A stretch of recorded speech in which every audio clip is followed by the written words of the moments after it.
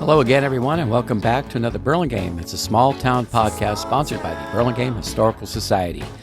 This is Mark Lucchese, also known as Mark at the Mic, and my guest today is the recently retired Burlingame Chief of Police, Mike Matteucci. Mike grew up in South San Francisco, attended South San Francisco High, went on to San Jose State, where he graduated with a degree in economics. He joined the Burlingame Police Department in 1991, just 3 months after graduation.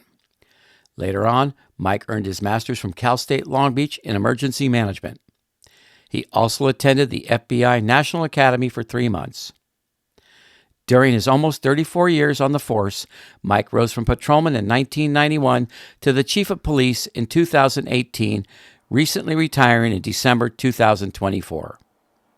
And now my conversation with retired police chief Mike Matteucci. Chief Mike Matteucci, welcome to the show. Well, thank you for having me. You bet. It's good to see you. You know, I used to see a lot of Mollies, and I don't get that. a chance to see you that much anymore. Right, I went undercover, Mike. Yeah.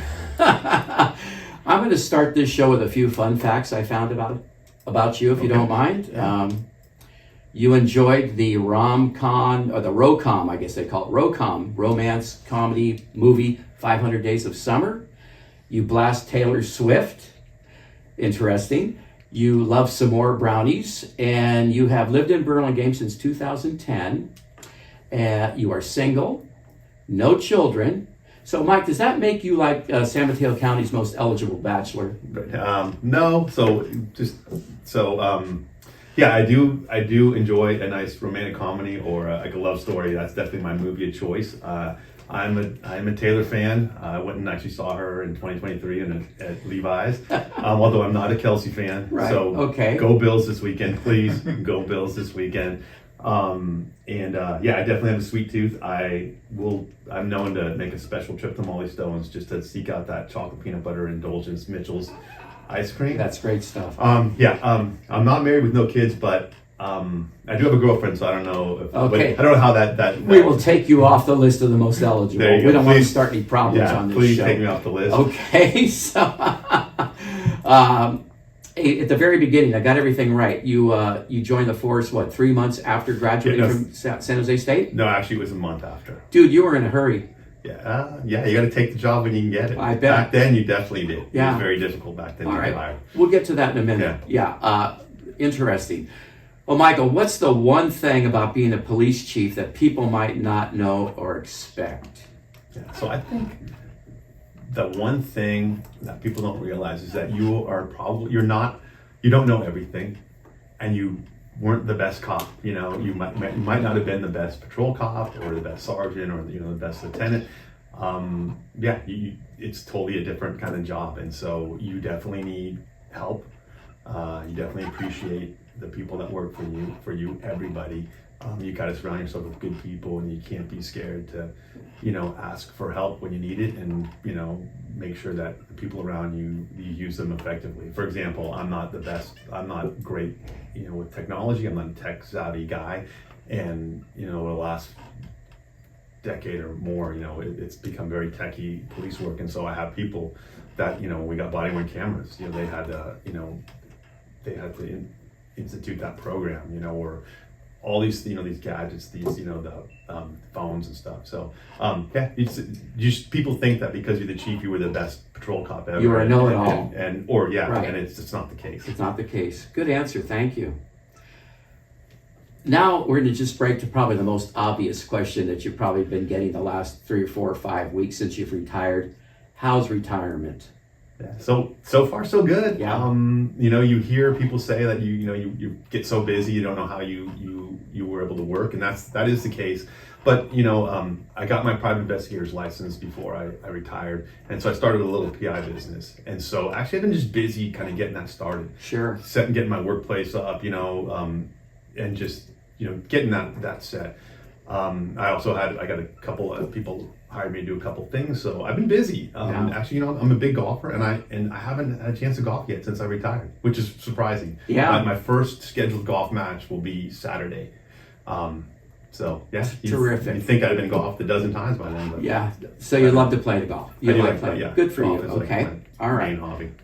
All right, I'm going to go back to this here. You graduated from San Jose State in 1991 with a degree in economics. 1 month later, I have down 3, but we're going to change it to 1 month later, you joined the Burlingame Police Department. So you must have applied for the force, or maybe several forces, months ahead of time, before graduation, huh? Yeah. You knew your career path. I mean, here you have a degree in economics. Most guys are studying police science, but you went the economics degree, which is a very difficult degree. They're all difficult, but economics is a pretty hard major to obtain. What happened there? Yeah, so well, just to go back to the applying, yeah. So I knew it was really difficult to get hired. That I knew it could take, a year or more to get hired. So I did start applying to all different police departments. The beginning of my senior year of college would have been around September of '90. Yeah. So the timing just happened to work out. But as far as how I got into police work, it's a little bit of a long story. But police, being a cop was never on my radar growing up at all. When I was a little kid, I wanted to be a professional football player, right? I mean, who did? But then when you get older and you get into high school and you start kind of being realistic about things, I actually wanted to be an architect. Not like Costanza and Seinfeld, a real architect. Right. But and so I had this really great class in high school. It was called, they offered at South City an elective class called mechanical drawing, which was basically a drafting class. We had this great instructor. His name was Robert Mazzei, and he made it really fun. When you're drawing in class, you had the radio going, music going, and we had these fun projects. You had to design a cardboard boat that could hold a person or two, and then eventually, you would actually build it, and then one day after school, we all went to the pool and raced them. And one project was what we called the swamp buggy. He designed a swamp buggy, which is basically a go-kart that could, go in the mud. And so we designed that, and then we built that, and then one day after school, it flooded out the soccer field, and we raced them across the soccer field. So I was all set. I did that. I took that class for 4 years in high school, and I was all set to go into college and be an architect. But it's funny how little things change, little things will change your direction in life. But my senior year of high school, which would have been 86, 87, they brought computers into that class with a CAD system on it, which I think stood for a computer assisted design or something. And so we were doing everything on computers, which was not my thing. And I said, what is this? And that's the future. I'm like, well, not for me, it isn't. So that I ditched that plan, and I wound up going into college without a plan, an undeclared major. And so I was just taking general ed classes, right, not knowing what I was going to do. Your first couple of years. So I took and part of that general ed class was an Econ 1A and 1B class. So I took those, and I really enjoyed them. I liked it. I kind of understood the whole supply and demand thing, and I loved it. So I figured, I'm going to be an econ major, and I'm going to get into finance or a stockbroker or something. But the movie Wall Street was popular at the time. I thought that was going to be a cool career. So that was my path. And so I was throughout college, I was an econ major, and that was going to be my thing.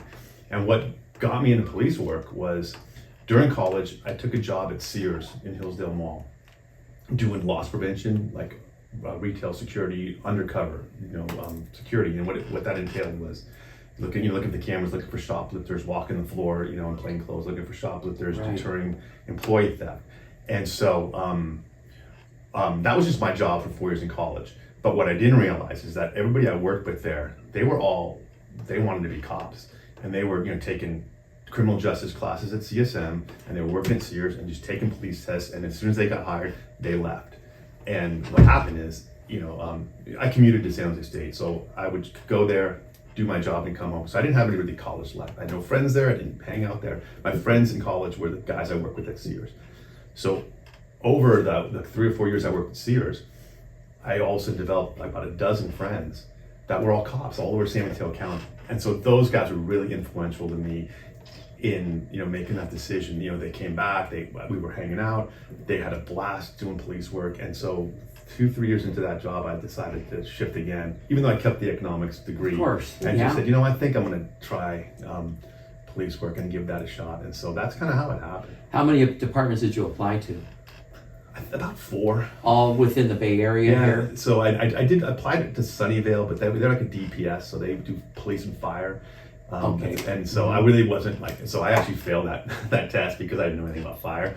But then I took Belmont, Redwood City, and Burlingame. Yeah. And those were the only 3 that were hiring at the time. I would have taken more, but those were just the 3. And so I didn't even make the first wave. Like you do the written, the physical, and you go in for like an interview, and then they put you on the list. And so I did that in September, October, and I didn't make the first cut. They said I was, I think for Burlingame I was number 6, and they said we'll be in touch.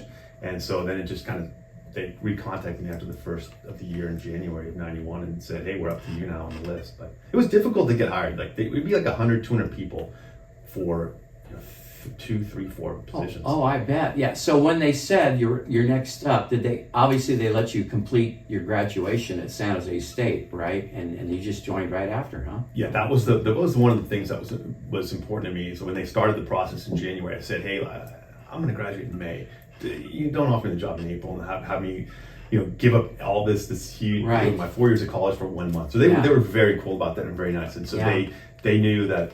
They said, yeah, no problem. We'll wait till you graduate in May. Yeah. You kind of struck gold getting Burlingame, huh? I did. So it's funny, it's how difficult it was. And I took, 3 tests at Belmont, Redwood City, and Burlingame. And they all called me in January and started the process with me. So I actually had my choice between the 3, which was, very fortunate. But I took Burlingame. Burlingame was my first choice. Yeah. Just because I was more familiar with Burlingame, being in South City. I lived closer. And also those guys that I knew that were cops in San Mateo County, I asked them for advice, and most of them said, like, go with Burlingame. Yeah. So, gosh. Yeah. All right, I got a quote here. Okay, this is from you, and hopefully I'm not going to misquote, but anyway, you've been quoted in saying that you value compassion, community connection, and you want to change the tough guy image of the police departments. Do you feel like you were successful with that? So yeah, I don't remember saying that, but no. So I don't know if I can take credit for that. I think that's been like a trend in law enforcement for a long time. Maybe I think I've embraced it maybe more so than some other chiefs, and having to push back against like the police reform that people are trying to Oh yeah. So I think that's maybe where that came from. But yeah, I think it's been a trend forever. I think we're getting there, I also think that the officers that we are attracting now, it's a different breed of officer. They come in, to this job with a different mindset. When I started, it was very like militaristic. A lot of Vietnam era guys were still there. It wasn't as professional. Degrees weren't really sought after, and so it was more blue collar. And it's got professional like over the years, but I mean it has to be, like when I started. So I started again in June of 91. The Rodney King incident happened in March of 91. So if you don't think that got brought up every day in the academy when I was going to the academy, you're crazy. It's just that's strong reminder. It's just like that's when it. I mean, my whole career it's been, how can we get better? How can we change the perception of police? How can we do a better job? It started from day one with me. Thank you.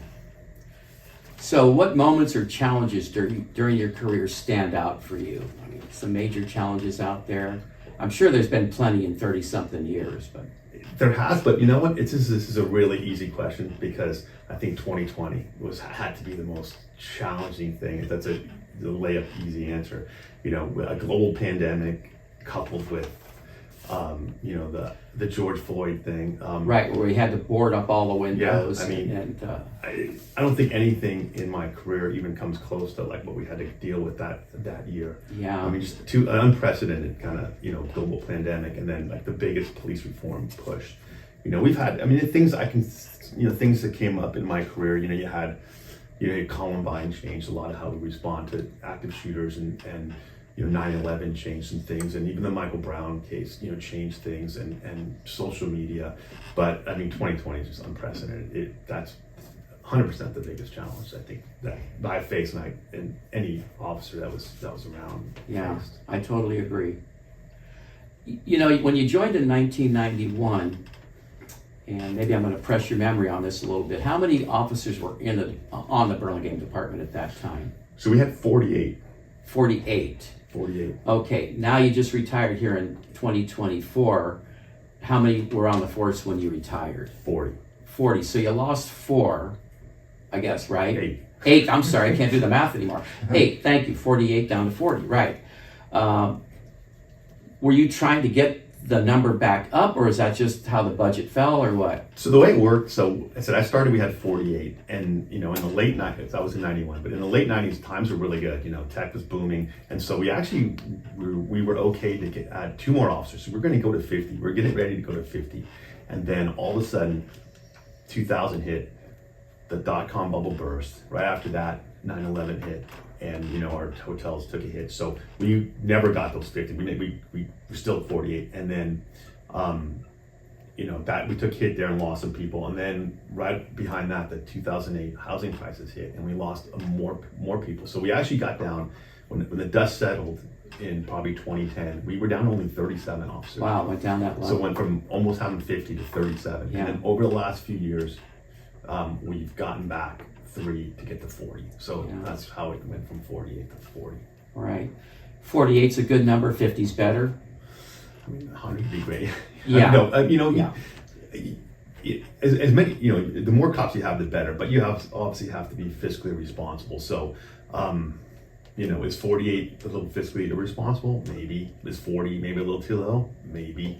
There's a number there. Sure. And so I'm appreciative that we had 40. We got those 3 spots back to 40. But I think I think we're getting close to where we might need to add a few because Burlingame's growing. We'll get Lisa Goldman in here in a minute, Yeah, right? okay. She's just across the street. Get somebody with the checkbook. Let her settle. Absolutely. So, all right. So, in 1991, how many lady officers were there, or lady patrolmen? 2. 2. Yeah. What did it grow to while you were the chief, or So- over the course of the years? Yeah. So I think the highest we ever got to might have been 8. Uh-huh. In my time as chief, and a big chunk of time when I was a captain, when I was in charge of hiring, we always hovered between like 6 and 8. But my goal as a chief was always, it'd be great if we could have 20 and 20, but I always thought we'd love to get the double digits and 25%. I would love to get to 10. That was really my goal, but I never got there. You hire one and then you lose 2, and you hire one and you lose 2. So we always hovered between 6 and 8, and I think right now we're at 6. And when I say 6, I think we have 4 in patrol, we have 1 in the academy, and we have 1 in the hiring process. So I say we have 6, but we really, it's a soft 6. And what would be the highest rank? So we did the highest rank. We had a lieutenant. You did. But she retired in 2024. Okay. So now they're all relatively new. So we have 2 of them are corporals. Yeah. All right. Good. Yeah. You have that unique opportunity, I guess it was, that you've been a resident of Burlingame since 2010, and you got to work here in Burlingame, right? Mm-hmm. Much like I got to do or have been doing. And so what makes Burlingame a unique community to serve? Yeah, I think a few things. I think our downtown is amazing, and I think it brings in not just residents, but I think it brings in people from all over the Bay Area to our downtown. I think our Bayfront does the same. Our hotels in town bring in people from all over the country, if not all over the world. So I think you get a good mix of people that you have to deal with. But what people don't realize too, as far as doing police work in Burlingame, is we have a big hospital here, and we have a sobering facility here that all the police departments in the county use to drop off people that have been arrested for intoxication. And so. And where is that? At the hospital? No, it's on the east side, kind of by the Marriott. Oh, really? Okay. Yeah, but what people don't realize is when they're released, whether it's from the hospital or whether it's from that facility, a lot of times they don't have a ride or any place, to go, and so they wind up just released onto the streets of Burlingame and wandering, and they definitely. So we have to deal with that a little bit too. So the point I'm trying to make, I think, is that people think that Burlingame's a small, quiet, affluent town, and it's not. There's things as far as being an officer here, you deal with a lot of interesting things that people probably don't realize you deal with. Yeah, we have our share of issues as well. It's not horrible, but I always tell the new recruits that come in when they're trying to decide where to go, it's like you have enough here to do to keep you busy, but it's not going to burn you out here. Yeah. It's a good mix. As the chief, what approach did you use to build trust between the police department and the community? You had some meetings, I think, didn't you? Yeah, we did Meetings during at the community center. Yeah, but we did during the George Floyd thing. So I think what I like to do, my kind of method, is just to be like, you have to be responsive to the community. So when somebody somebody emails me, calls me, texts me, I like to get back to them, ASAP, and try to help them. Also, if somebody asks me to do a presentation, whether it's like Rotary, Lions, BNN, Women's Club, whatever it may be, I think it's important that you go though and do those. So I just have that communication and that relationship with the community, I think is big. Yeah. I'm just wondering, this just came to me when I was preparing this show. Did you ever consider a cop walking a beat on Burlingame Avenue or Broadway Burlingame? I mean, maybe you couldn't do it because you didn't have enough guys, but I always thought it'd be kind of cool to see a policeman walking up and down the Ave. Yeah, so we do have police officers walking up down the Ave. It's not a beat because we just don't have the amount of people, but we do. So the person who's assigned to those beats, we do encourage them to get out of the car and walk the beat. We also, an interesting thing we did a few years back, before I was chief, so I was captain, and the chief before me, Eric Woolman, we created a position called the CRT, the Community Response Team, and that team it kind of deals with like quality of life issues. They're not part of patrol, so they don't have to worry about dealing with calls for service and stuff. And so part of their they're there to deal with quality of life issues, but also to walk Burlingame Avenue and be around Burlingame Avenue. We also have those two details. In uniform, right? In uniform. Yeah, in uniform. So sometimes we do put them in plain clothes, but like usually, but most of the time they're in uniform and they're dealing with very specific problems. And part of that is, being on Burlingame Avenue as well. What about Broadway? Would they do the same on Broadway? Yeah, absolutely. Great. Okay, good. So tell me about the car, the police car, in front of the Apple store. Yeah. Park and Burlingame Avenue, I think, right? Mm-hmm. It's there 24/7 in front of the Apple store. Has it been effective? Yeah, for sure. So that's kind of part of the whole like detail we have down there. So if you don't know, so we have the Apple store hires an officer to stand out there, and so does Sephora down the street, and they pay for it fully. So is it one of your police officers or one of Burlingame's police It's officers? one of Burlingame's police officers. So it's an off-time thing then, or what? Are they doing this on their day off, or how does that? Yeah, on their day off. So it's Right. in addition to all of our normal patrol. Yeah. So it was a little bit, people, like, it's a little controversial. First of all, some people think that we pay, that we give them the officer, which is not right. We don't do that. But then people will even say, well, it's still not fair just because they can afford it that they can hire an officer to be there, which, okay. But I think it's really beneficial to have, for the whole community, for Apple to pay to have an officer to stand right in the middle of our downtown. It's a deterrent. It's a deterrent, not only to Apple, but to all those other stores. Absolutely. It's a good PR thing. People come up and talk to the officers, and you can, so it's a good community bonding kind of thing. And people come to the officers and say they like it, that they feel safe. So I don't see how you could say that's a bad thing, especially since we're not paying for it. Not only do we have one at Apple, we have one at Sephora. So that goes back to your last question about like officers walking the avenue. That's actually, we do have two officers standing there. Yeah. And we put the cars there as kind of an added deterrent, but also so they have a car there in case they need to get called away for an emergency. They want to be able to hop in a car too. Yeah, no, that's great. Thank you. I think it's terrific. And if Apple wants to pay for it, that's even better, right? Yeah. Yeah. For sure. Okay. So, yeah, for sure. All right. So I read an article, I think this was last week in the San Mateo Daily Journal, that South San Francisco, the town that you grew up in, approved a 2-year contract for 44 automated license plate readers. And they also kicked off a drone program, which is used by the fire as well as the police department. Does Burlingame have anything like this? Yeah, so we do have automated license plate readers. You do? We've had them. We do. Okay. We do. We've had them but we've had them for only about 2 years. How many? We have 14. Okay. About 14. But so there was concern with council about privacy issues, and they were kind of controversial. So we didn't have them for a long time, and then eventually a few years back, they're like, maybe we need to look into like this. So I was the chief at the time, and so I did this huge staff report and presentation at council, and they kicked me back with like a dozen questions. So I came back a second time with a whole other staff report, and they kicked me away again with about 20 questions this time. And so it took me about 3 attempts, and they finally approved them. But rightfully so. They did their due diligence. They wanted to make sure that we were doing it right and we weren't going to take advantage and there was going to be any privacy concerns. So we wound up getting them about 2 years ago.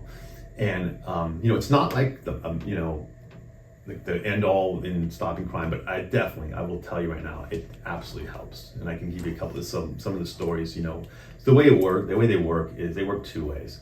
If a car drives into town that's stolen or there's a felony warrant on the car, it dings and it tells us that the car has passed through and we can go stop the car.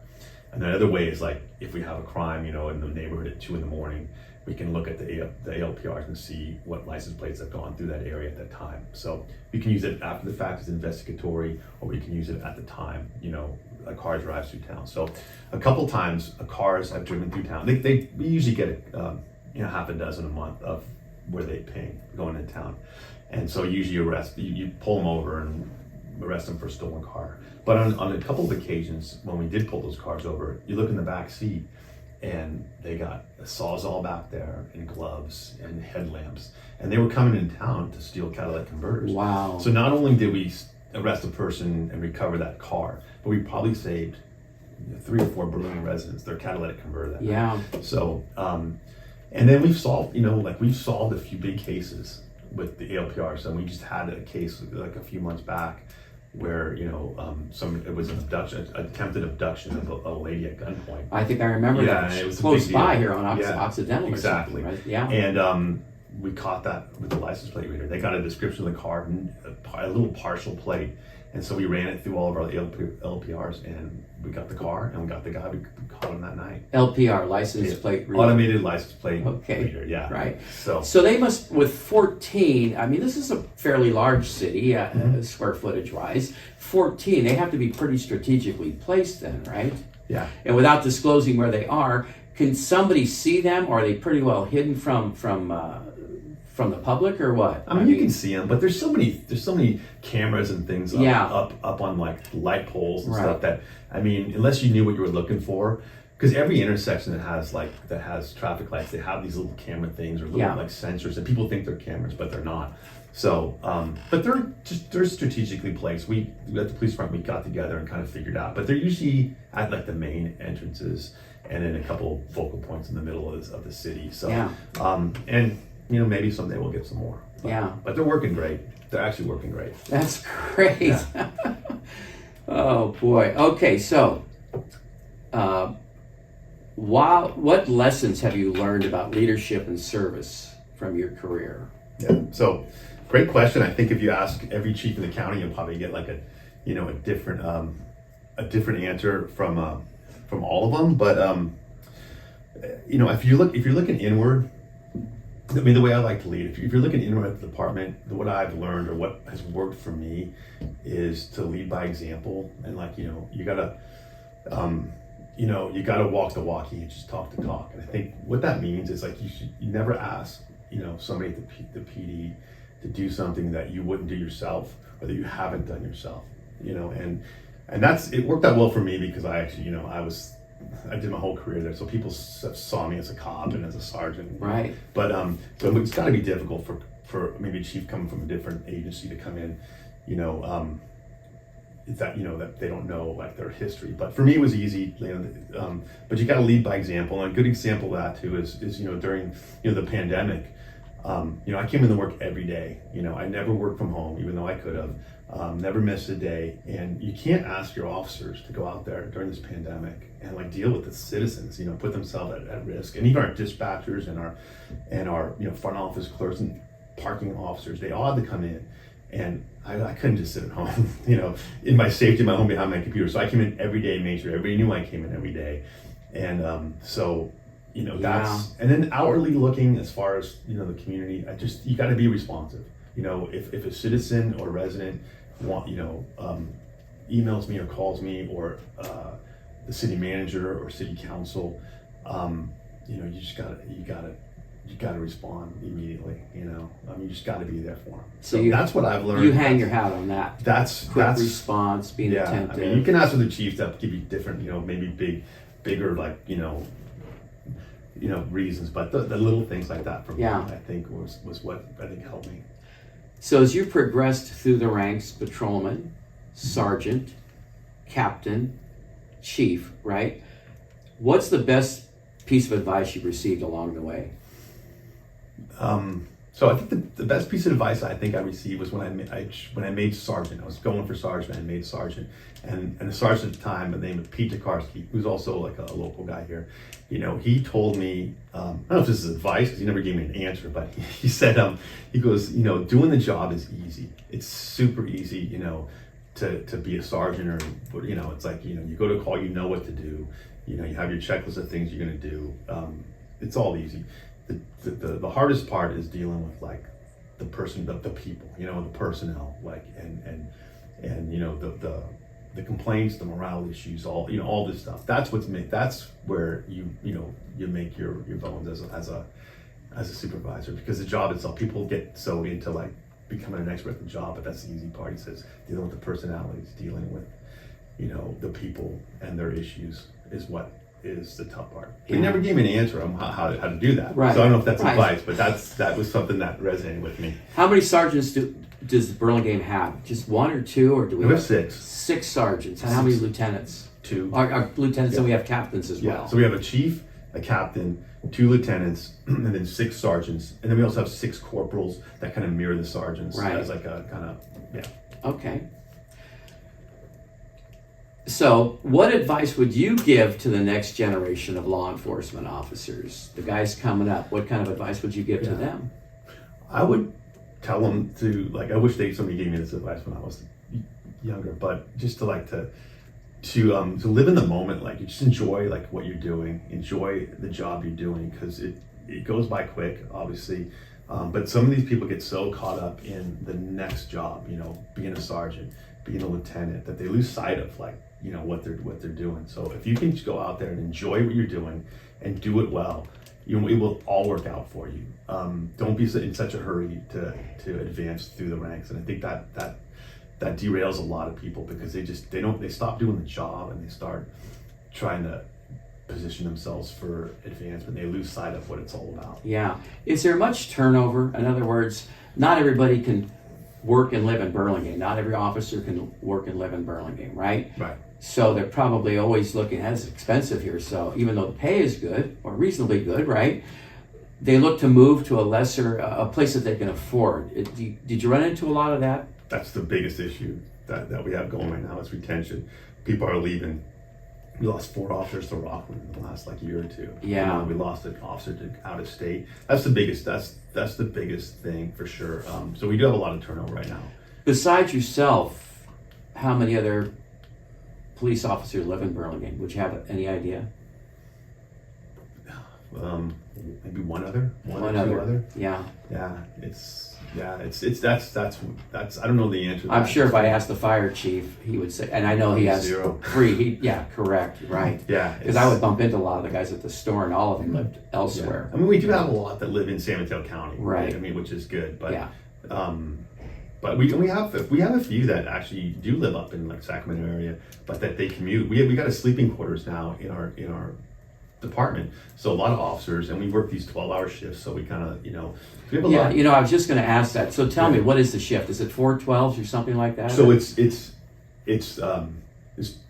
3 and 4. So 1 week you'll work 3 12-hour shifts and have 4 days off. The next week you'll work 4 12-hour shifts and have 3 days off. So flip-flops like that. That's for the patrol. So it's a lot of them. They will, some of them do live up there, and they'll just stay in the sleeping quarters for the days they work and then go home. So is that something new? The sleeping quarters? Yeah, it used to be our jail. Oh. But we don't need. So when I started, it's funny. When I started, we had this jail, and we use it a lot. We had. I don't know if you were around in Burlingame in the 90s, but in the 90s. Our downtown was different. Like, it was a huge bar scene. The 20-something crowd went there, and so if you were on Burlingame Avenue at 1 or 2 in the morning, it was packed. And there was always fights. And so we had a jail with 3 cells, and we would fill that up almost every weekend. And then slowly the change happened in Burlingame, and now you don't have that bar scene anymore. You have a bigger restaurant crowd now, but by 10, 11 o'clock, it's done. So we stopped using the jail a lot, but then also for liability reasons, we stopped using it. And then again, they have this sobering facility now that we all use. So the jail is sitting there, and so I don't know whose idea it was. It wasn't mine, but they decided let's make that in the sleeping quarters, which was great. So terrific. It was a great pivot from from jail to taking care of our officers. Using that space. You can't even right? tell now it was a jail, although it's the same layout. But the cells that I used to throw people in are now they're look really nice. Yeah, you know, and Mike, I've been in this town for a long time. You know that. Since 1950 something. So, and I remember the days of the bars. Okay, in fact, I want to do a show on the bars of Burlingame because a lot of folks think it's just restaurants. Back in the day, like you said, it was a lot of bars in this town. Well, if you have a panel, I'll be on it because I can tell you some stories and I can list the bars. I can tell you the ones that were trouble. I can tell you some great stories of what happened behind the scenes there. I would love it. I'll be on that panel. That would be great. So, okay. So the new chief, looking ahead, what do you think the biggest challenges will be for the new police chief here in Burlingame? It's going to be retention. Yeah. I don't think it's going to get any better. You know, we're losing. You know, we're losing them. We're losing a lot of officers to, like I said, to out of state, to out of the area. So yeah.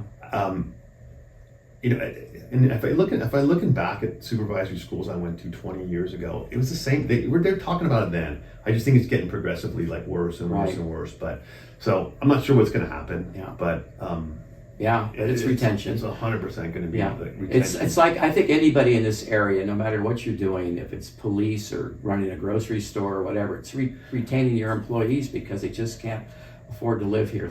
The teachers are having a tough time. It's a problem through every industry. It's not just police for sure. Yeah. What are you most proud of? What would you hang your hat on as chief? I think how we made it through 2020. Yeah. For sure. We made it through pretty unscathed and so for sure. I look back and but I don't want to say I'm glad it happened. I'm saying, but people, a lot of chiefs didn't make it through 2020. Right. A lot of them that were at retirement age decided to just leave because it was just a pain. But I never thought of it as a pain, honestly. I mean, this is like challenges. That's what you do the job for, challenges. It was intense. It was exhilarating in a sense, but you were certainly challenged during that time. But that's why I like that. I like, I think I don't know if I would have stuck around for 6 years, if I wouldn't have gone through that, because I think I would have got bored. Right. But I said I wish it didn't happen, but I did like the challenge of it all. Yeah. Yeah. What are you gonna miss? I'm gonna miss everything. It's funny. You talk. You hear from everybody that retires. Like I don't miss the work, but I miss the people. But honestly, I want to miss it all. You see that old saying. If you find a job you love, you'll never work a day in your life, right? And so I absolutely never worked a day in my life. I loved it. And you look at some of the people who are getting close to retirement. They have those countdown calendars and things on your desk, and I always felt really sorry for them. It's like, what kind of, how miserable do you have to be to count, to look so forward to the day that you're going to retire? Yeah. And, I was reversed. I was like, God, I got another month. I didn't want it to end. I really didn't. So I'll miss everything. I will miss everything. That's a great answer.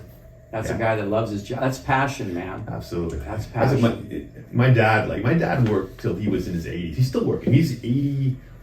Oh, he is 85. He's 85 this year. I think it's terrific. He worked. He worked. And your folks are still in South City, right? Still in South City, and he's still he was a wine salesman. He imported Italian wines in North Beach. But again, he was Italian. He came over here when he was 19 from Italy, and so his job was to go hang out in North Beach. Yeah. All the restaurant owners and talk Italian and eat lunch all day. So he never wanted to retire. He worked, I think, until he was in his 70s, late 70s, and then. When he left, a couple of the old Italian guys that were in North Beach didn't want to deal with anybody but him. Right. So his boss called him back and said, do you handle these few accounts over the phone? I don't care what you do. And so he does. So he still handles a few accounts and gets his commission check. And he's 84. It's just the way it is, man. Maybe that was a good example for me. But, I feel like I didn't never work a day in my life. I went to work and I loved it. Before we close out, I just want to say this. When I was at Molly's,